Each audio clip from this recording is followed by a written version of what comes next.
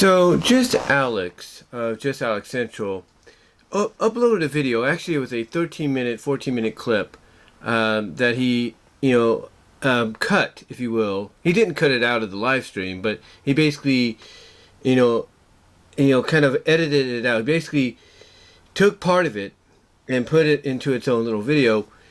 And basically, in the video, he talked about the bidding war in wrestling in 2024, and the fact that WWE potentially could be picking up more AEW talent, within that time frame. And that talent, of course, is, well, one, MJF, who always talks about in character, on camera, in interviews, in character, whatever, always talks about the fact that he's going to jump ship to WWE in 2024. But now we can also add potentially Kenny Omega and the Young Bucks. Now Kenny, had his contract extended from its original expiration date for another 9 months due to injury by Tony Khan. Now you might say, well, he didn't have to do that and Kenny would still work, with him, especially if he's the IWGP US champ and they have a partnership with New Japan. Basically, I don't think Tony would have anything to worry about, so why extend it? Well, you have to understand Tony Khan's, frame of mind right now. Right now, Tony Khan, has Revolution this Sunday, and he also has the mindset of WWE seems to be sticking their nose where it doesn't belong, when it comes to AEW talent, like contract tampering and stuff like that. And now he's probably going to have more of a reason to be a little paranoid, a little, I guess you could say, war-minded when it comes to WWE, because WWE has pretty much set up the King of the Ring, potentially for Saudi Arabia, where maybe a certain announcement could take place, around the end of May, which, by the way, is Labor Day, not Labor Day, but Memorial Day weekend, and that's typically when AEW runs Double or Nothing. And that right there may not sit well with Tony Khan, right now as we speak. I mean, I'm sure we're going to find out an exact, date this Sunday of Double or Nothing, but I guarantee you it does not sit well with him. I mean, I would not be surprised if he tries to go head-to-head somewhat with WWE within the same day of the event. Like, we got Crown Jewel, not Crown Jewel, but King of the Ring, Queen of the Ring in Saudi, at the end of May. And then we have basically later on that day, in the same day, Double or Nothing. Like, you have, King of the Ring in the early afternoon because of the time zone differences across the globe.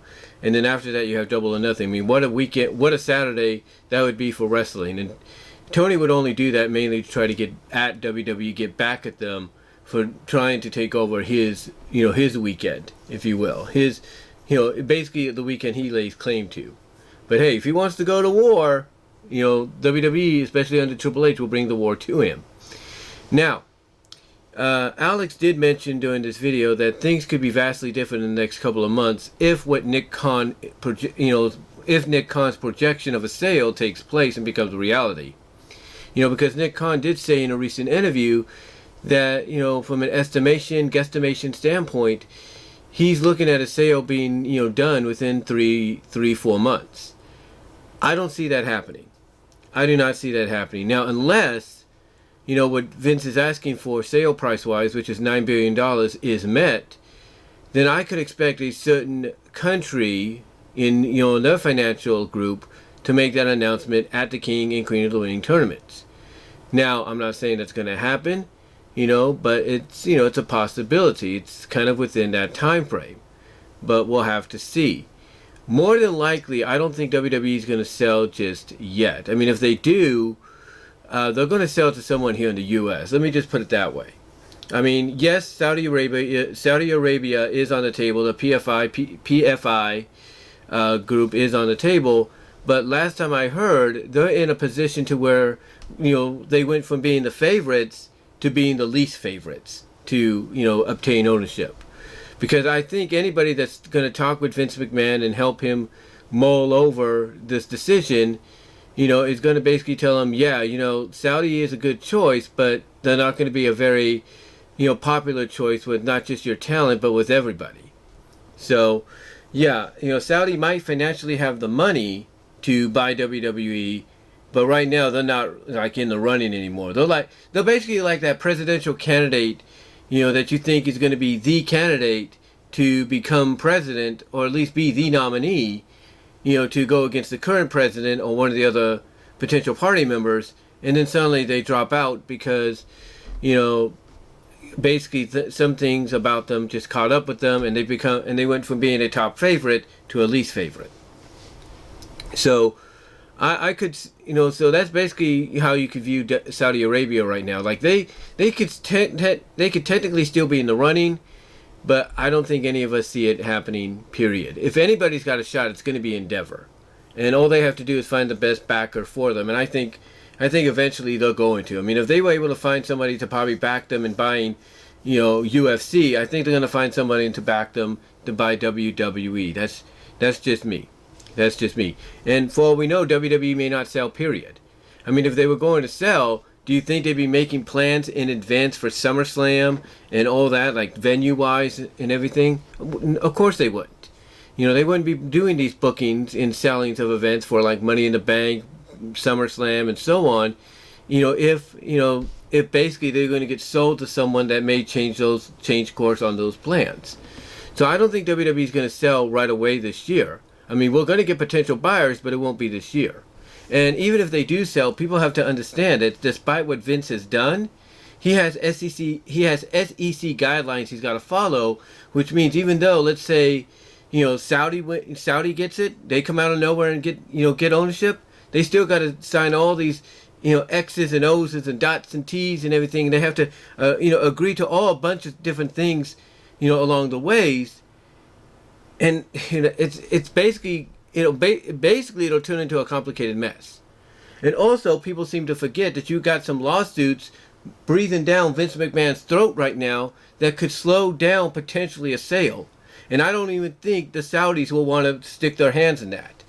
And once again, I do stick by the fact that I believe these Saudis of this PFI group may not be exactly the same way that the other countrymen are as we speak. They might be more like with it, more up to date and everything. They might be more willing to let WWE just continue being what they are, and just have at least the knowledge that they own the company and all that, but just leave it at best. Basically be in the background, if you will.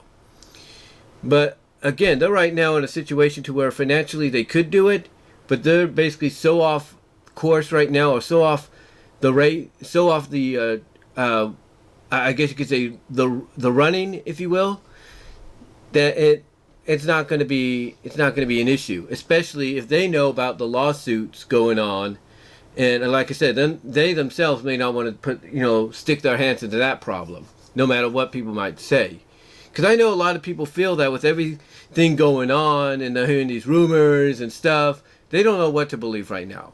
They don't know what to believe, and honestly, if I'm going to be, straight with you, I think the reason Nick Khan said he has an estimation of 3 months or so for a sale to happen, he's only saying that to basically spice up discussion. Like basically get all the potential buyers' attention of, oh, wait a minute, they're expecting a sale within 3 months, we better throw our bid in. It's all business talk. It's all money talk, what he's doing. Him saying that he's guesstimating, 3 to 4 months for a sale to occur, that's his way of saying, hey, Comcast, hey, Amazon, hey, Endeavor, got 3 to 4 months, are you guys gonna hop in? He's basically doing that. He's basically doing that, to get their attention, to see who's gonna bite. But we have to remember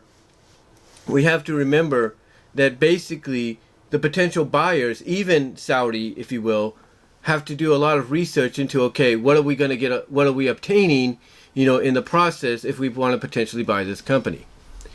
So, so you got all that to think about, especially if they find out, oh, we got these lawsuits, breathing down Vince's throat, that could slow things down as well. Now, with that said, what this has to do with the bidding war, basically Alex said that for all he knows, as I mentioned earlier, we may not know what WWE looks like within this time frame, and that this could prevent WWE from potentially signing the likes of MJF, Kenny Omega, and the Young Bucks to WWE contracts. And there is truth to that, because they may see the fact that, well, the landscape's uncertain right now. Even though it looks promising, the future looks uncertain. Yeah, I'll stick with AEW. That potentially could happen, especially if you're someone like the Bucks who like to have a little bit of freedom in what they do. Now, I'm not saying that WWE won't be able to sign them. I think they could. I mean, especially if Kenny Omega wants to have at least one run, even if it's a year or so, within WWE, to show what he can do and compete against certain opponents. I think it can be done. Same with the Young Bucks. Give them a year-long contract, let them do what they want to do, and off to the races you go. MJF, I could see being somebody that goes to WWE and becomes a stalwart, basically a mainstay there for not just 1 year, but several years, just based on his charisma and the presentation of his character and stuff. But, with the uncertainty of the WWE's future in the eyes of a lot of folks, they're not entirely sure if that will happen. Alex kind of believes that all parties, maybe with the exception of MJF, but the other three, being the Elite, he practically feels they're not going to go anywhere. They're going to stay, because they're the heart and soul of AEW. And honestly, he has a point. I mean, can you imagine AEW without, Kenny Omega, without the Bucks, on that roster? Because if there's anything that's attracted people to watch All Elite Wrestling since its inception, is the Elite, the company it's named after. That is what's caused a lot of people to come and want to watch it, watch the people. Whoa, nearly had a disaster there. A little bit of a spill on the Coke there. But anyway, basically what has made AEW an attraction in the eyes of a lot of folks, something to watch wrestling wise, is the company, is the group that the company is named after. That's the Elite.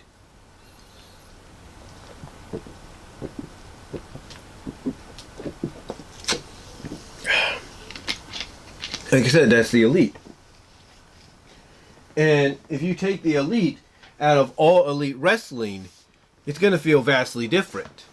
It's like because it's going to be like you're taking the heart and soul out of that company and placing it in what many would perceive being a strange land, a new environment, to where they don't have the freedom that they have right now. It's kind of like with Ric Flair. When Ric Flair went to WWF in '91, it was kind of, excuse me, it was kind of strange to see Rick, be in this world of cartoon gimmicks, if you will, cartoonish gimmicks and stuff. It was kind of weird to see him in that environment, because you're always so used to seeing him in WCW, in the NWA, with the Four Horsemen, having feuds with Dusty Rhodes, getting, basically bleeding all over the place if he had to, and stuff like that. Having hardcore matches with the likes of Terry Funk and stuff, even before hardcore became, the genre of wrestling that we know of today. Here all of a sudden you have Ric Flair in this different, still being himself, more exaggerated at times, but still being himself in this more cartoonish world. And when you went and watched WCW, while they were still under the NWA, but as WCW, it felt like something was missing. It felt like something was, it felt like something wasn't right. And the same with Lex Luger. When Lex Luger left WCW, all you had was Sting, right? But you go and watch that and you're like, something just doesn't feel right. It's like something is amiss. What's amiss? What's going on here? Something feels like, something's a little off. And even though Ric Flair returned in '93, you lost the Steiner brothers. And guess what? Something fell off as far as the tag division in WCW went, because it's like, where did the Steiners go? What happened? And then suddenly you see them pop up in WWE, And it's like, okay, we now know where they are, but why are they here with this cartoonish, gimmick, this cartoonish gimmicky promotion? It again, it just felt like, it just felt strange seeing them not be where a lot of people felt they belonged. And that's how a lot of people like Alex feel about, the Bucks and Omega potentially going to WWE. It'll feel like, it'll be like, hey, it'll feel like, yeah, it's great WWE's finally obtained them, got the services, and it's great to see them perform in the ring and have all these dream matches that you've always wanted them to have.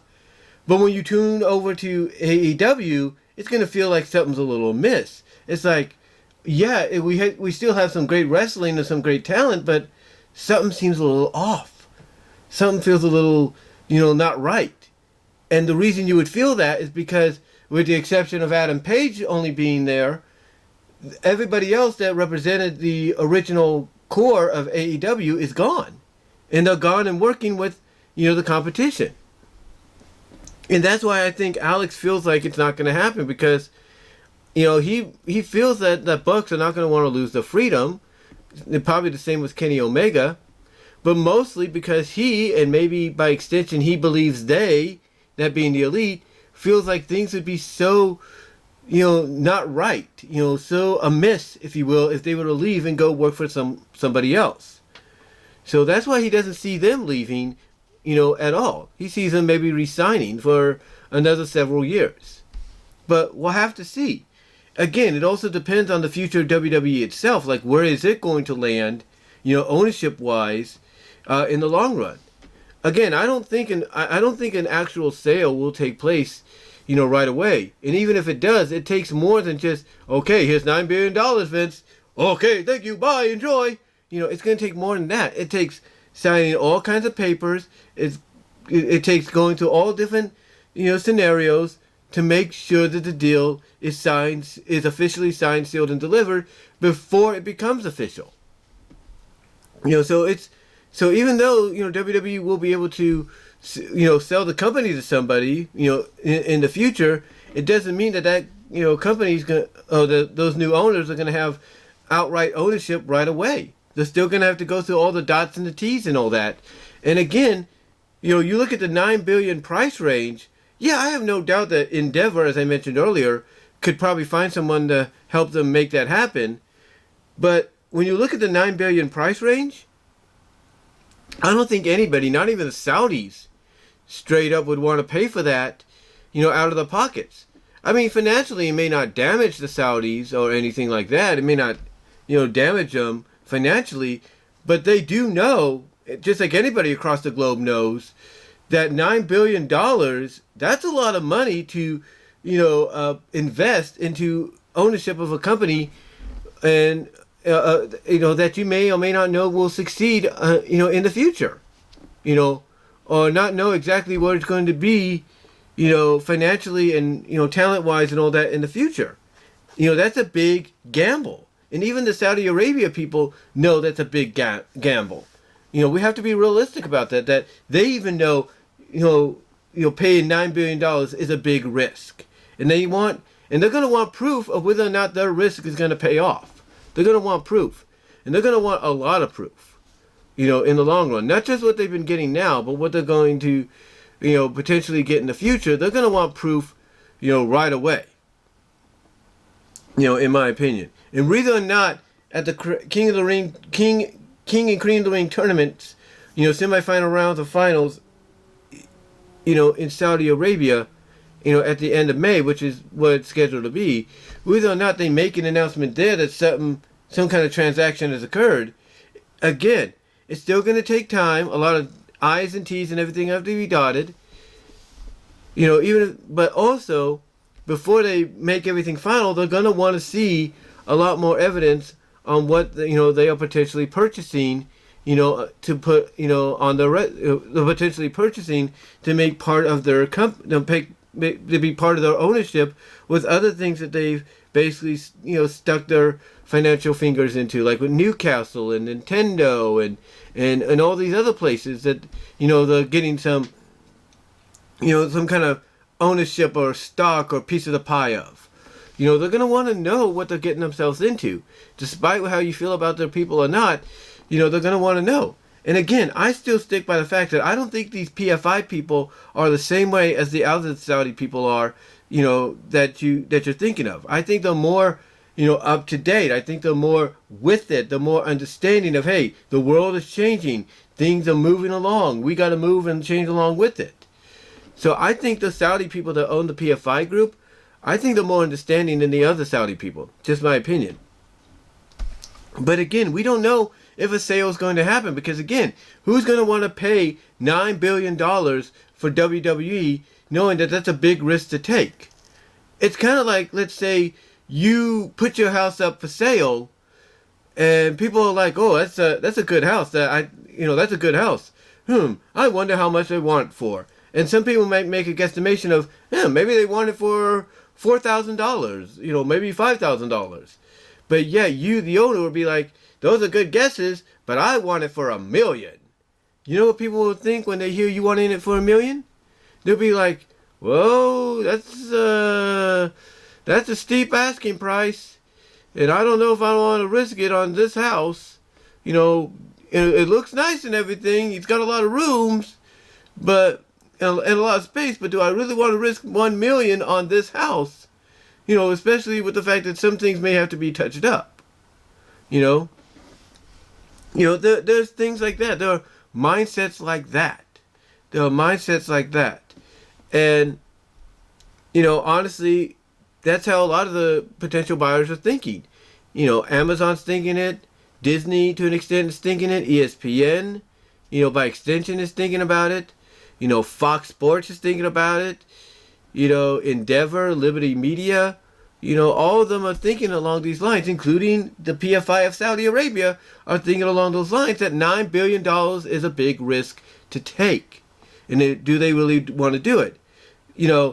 For Amazon and Saudi, it probably won't cut into their revenue that much, but still it's a big risk.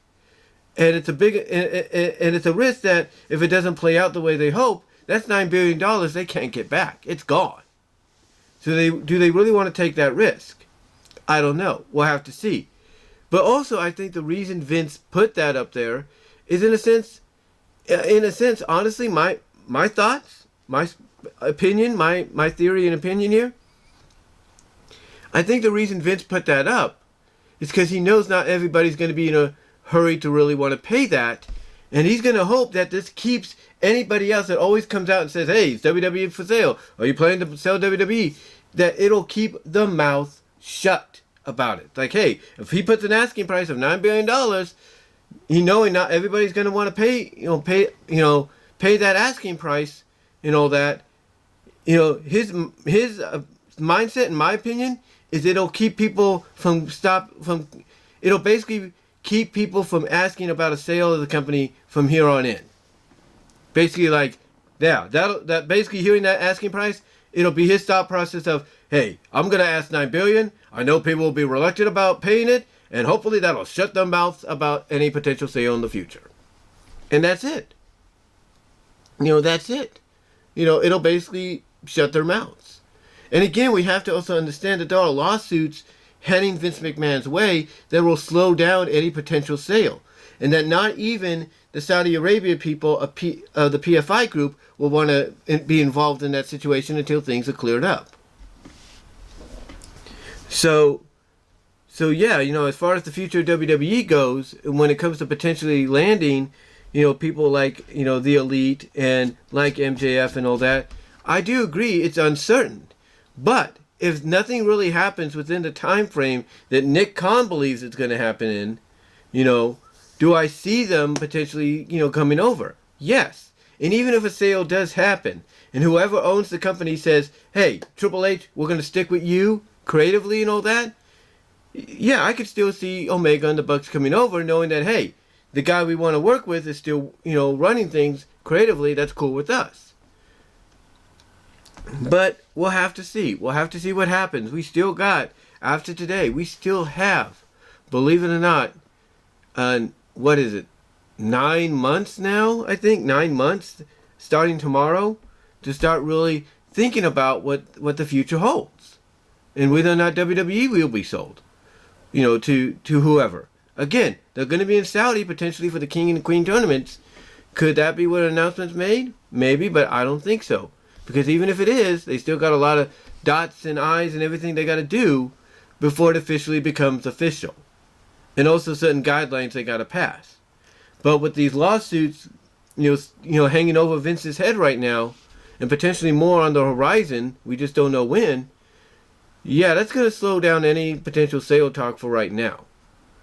And like I said, I think Vince, honestly, asking for $9 billion, that's his way of making sure that, a sale will, that's his way of making sure that if he gets that price, it'll be a price he gets, for the company, but not for a long time. Like, if it gets sold, sometime this year, it won't be until like later on.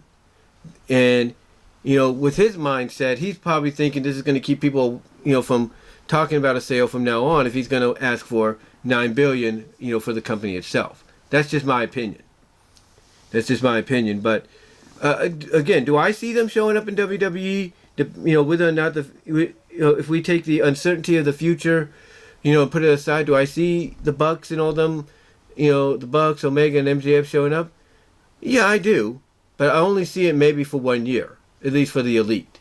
Let them have the run for a year, and then maybe allow them to go back to AEW. Very similar to what Vince did with Ric Flair. Let them have an agreement, sign a contract for a year. After it's done, go back to AEW, and just continue like continue where they left off, like nothing happened. MJF, I could see being a stalwart, being a mainstay, with the company, and that's probably about it. But again, it all depends on what the future WWE is. Whether or not a sale takes place within the time frame that Khan thinks it's going to, or it's or whether or not the lawsuits and the asking price that Vince wants for the company is going to slow down any sales talk for the time being.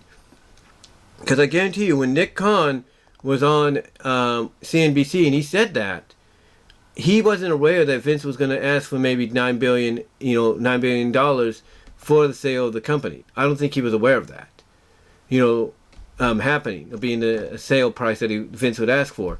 So I'm guaranteeing you, he's looking back at what he said there, and in other interviews, and probably taking that back on like, yeah, it's going to take a lot longer now, with that asking price. And also, you can't tell me he's not aware of the lawsuits that are looming over Vince's head that could also slow down a sale price, a sale of the company, period. But again, do I agree with Alex? Do I think we could see the Elite in WWE? It's hard to say. I mean, I could see him for at least a year being there and then going back to AEW. But we'll have to see. Do I see MJF being there? Absolutely. I could definitely see him being there. And then him maybe, being a stalwart for a while, depending on the future of the company. But we'll have to see. But what do you guys think? What do you think Omega and the Bucks and MJF will land in 2024? Do you think they will stay with AEW because of the uncertainty of WWE's future? Or do you think they will go there, take a chance, no matter like who may own the company or whether or not the company is still in the process of a sale being finalized? What are your thoughts? Let me know down below in the comments as well as in the live chat during the premiere. You will get a BW Wrestlers Discussions audio podcast version of this at my podcast and all favorite podcast locations except for Pandora. Click on the Teespring store on the upper left-hand corner here at the end screen to help me out there. Buy merchandise there that you can't find anywhere else. But guys, let me know what your thoughts are. And until next time, I am out.